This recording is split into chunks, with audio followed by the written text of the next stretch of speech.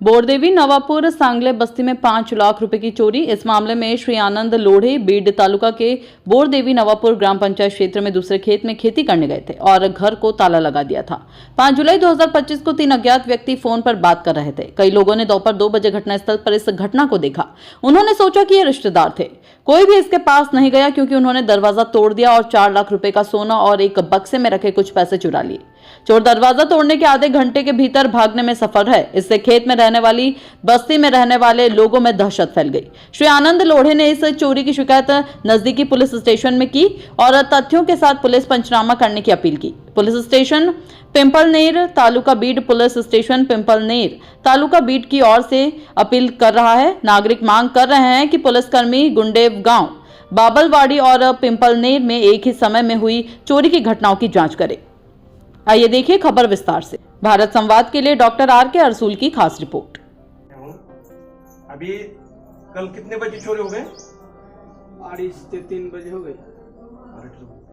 किती वाजता चोरी झाली? 2:30 वाजता 3 वाजेपर्यंत झाली असेल। चोरीचा प्रकार सांगू शकता कसं झाला ते? हो कसं म्हणजे दाखवा मला कसं आहे. या चोर कुठून आले पहिले या ठिकाणी? कुठून आले? इकडून आली इकडून या ठिकाणी आले. हा कुठून आले इकडून चोर?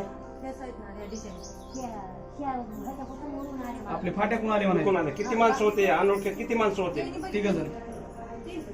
कुणी बघितले होते का ते चोर कशा प्रकारचे? वर्ण सांगू बोला ना शकता? त्यांना मग अगोदर त्यांना बोला ना त्याला कपडे कसे होते त्या चोराचे? बोला गाडी कशा प्रकारची? मोटरसायकल होते का? 4 चाकी? शेंग गाडी. शाईन गाडी, 2 टू व्हीलरच गाडी होती समजा. हा, टू व्हीलर. किती लोक होते चोरी करणारे? 3 जण. मराठी बोलत होते की हिंदी बोलत होते?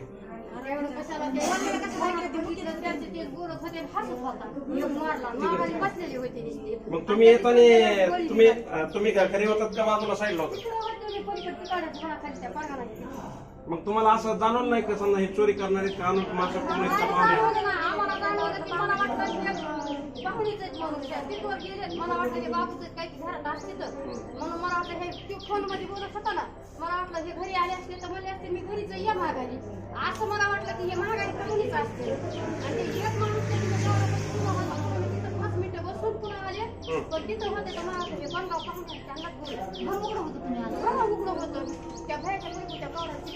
बरं काय कवाड हे तोडताना तुम्हाला आवाज आला नाही का त्याचा? नाही नाही मग तिकडे होते ना मी. थांबा थांबा. किती वाजता अंदाजे कधी घटना घडली? नाही नाही 2 वाजता सुमारास. 2 वाजता आलते माझं. 2 वाजता. 2 वाजता. असं जाणवलं नाही तुम्हाला चोर आहेत म्हणून? तुम्हाला वाटलं हे पाहुणे वगैरे आहेत? गाडी इथूनच वळाली बाय माणसं. त्या बाया म्हणल्या कुणी असते कुणाची तर जायची असते. तर मग ती बारका लेकरू होतं तर ते मला आनंद. बरं किती वेळ थांबलेले होते? कधी गेले तुम्हाला माहिती काय? बरंच होते अर्धा पाऊण तास. अर्धा तास तरी असते. मग हे कधी तुम्हाला लक्षात कधी आलं हे चोरी चोरी होती म्हणून?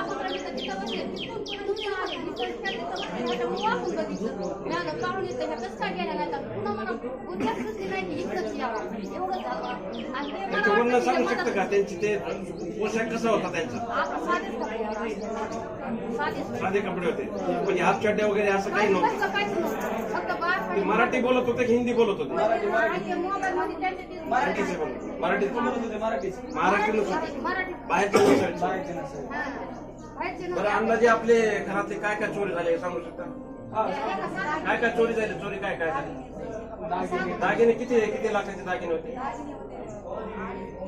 2.5-3 लाख. आणि कपडे वगैरे बाकीचं सामान काही इतर काही कपडे विकून टाकले. बरं कपाट कशाने तोडला हे बघितलं का? कपाट तोडलंय का? चला 1 मिनिट बघून घ्या आपण. इथलं ते कोंडा वगैरे कसं तोडला बघून घ्या. देखिए कोंडा तोड़ दिया पूरा, कुफल तोड़ दिया, ये कोंडा भी तोड़ दिया. देखिए सामने चोरी कैसा करे चोर जो है ना, कैसा प्लानिंग करे देखिए सामने. चलो चलो अंदर चलो.